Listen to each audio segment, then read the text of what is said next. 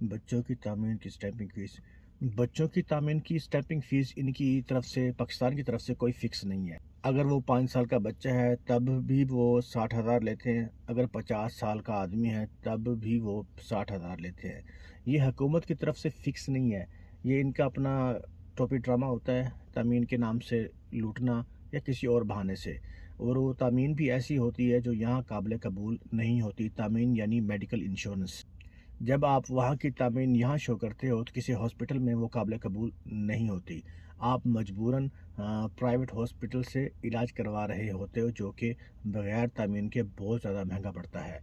لہذا کوئی بھی شخص اگر ملٹیپل انٹری ویزے پر آ رہا ہے، سال والے ویزے پر، تو وہ 60 سے 70 ہزار اپنے مائنڈ پہ رکھ کے آئے، کیونکہ ان کے پاس اب ایک اور بہانہ بن گیا ہے پٹرول کا۔ تو یہ پٹرول کا بہانہ بھی بنا سکتے ہیں کہ ویزا جو وہاں چل کے آتا ہے سودے سے، پٹرول کی وجہ سے مہنگا ہو چکا ہے۔ لہٰذا ہمیں ڈسکاؤنٹ ٹکٹ میں تو مل جائے گا اگر بچہ چھوٹا ہے، لیکن اسٹیمپنگ فیس ان کی اتنی ہی رہے گی جتنی وہ بڑے کی لیتے ہیں۔ السلام۔